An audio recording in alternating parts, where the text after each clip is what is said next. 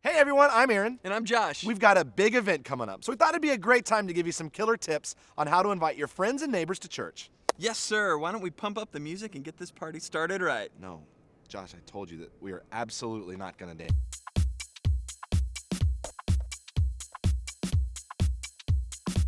The first thing to do when inviting somebody to church is prepare yourself for how badly it could go. Here, let's role play. Knock, knock. Yes? Hey, man, I was wondering if you want to come. Oh, God, don't hurt me! That was great. Hey, my turn. Okay. Aaron, you want to go to church with me? No! I think church is stupid, and because you asked, we can't be friends anymore. Aaron, I thought we were role playing. It's important you make your church whatever it needs to be to get people in the door. Every church thinks they have good music and kids programs, so I like to get specific. Hey, you know how you like empty amphitheaters? Well, we've got a big one. Or hey, my pastor's half Irish and half Italian. You've always wanted to visit both of those countries. I know this single guy who has red hair, so I told him we have a Gingers Looking for Single Ladies small group. No, Josh, we don't actually have one of those. What? Well, he can start one. Above all, you don't want to make the asking uncomfortable for your friend, so meet them where they are.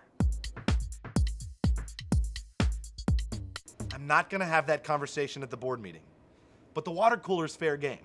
It is a perfect segue from fantasy football to the state of their souls. Right you are. Sometimes at restaurants, I'm too nervous to talk to the servers, so I leave them an invite card instead of a tip. So she can get you unlimited tap water. Big deal.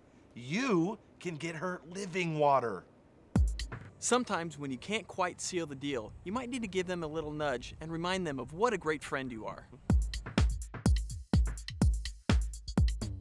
Hey, so remember how I went to your kid's ball game? So why don't you come hear mine sing in the choir? Or hey, you remember that time when I covered for you because you were way too hungover to come into work? Well, don't you think you owe me by coming to hear a sermon about how being drunk is a sin? Wow, that's a bit harsh. Nothing is more effective than crushing guilt. After you've invited them, no matter what they say, don't leave without performing some minor miracle, just to prove the power of God. So you lay hands on them or their kid or their dog, whatever, and then you loudly pray a really long prayer. The more people that hear, the better. And when you're done and their sickness is healed, you can say, plenty more where that came from.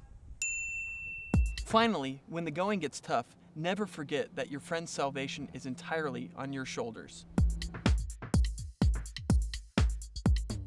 If things get desperate, make sure they know that they could get hit by a bus at any time, and you'd really, really, really hate for that to happen. Absolutely. You have to keep at it until they cave. Souls are at stake here.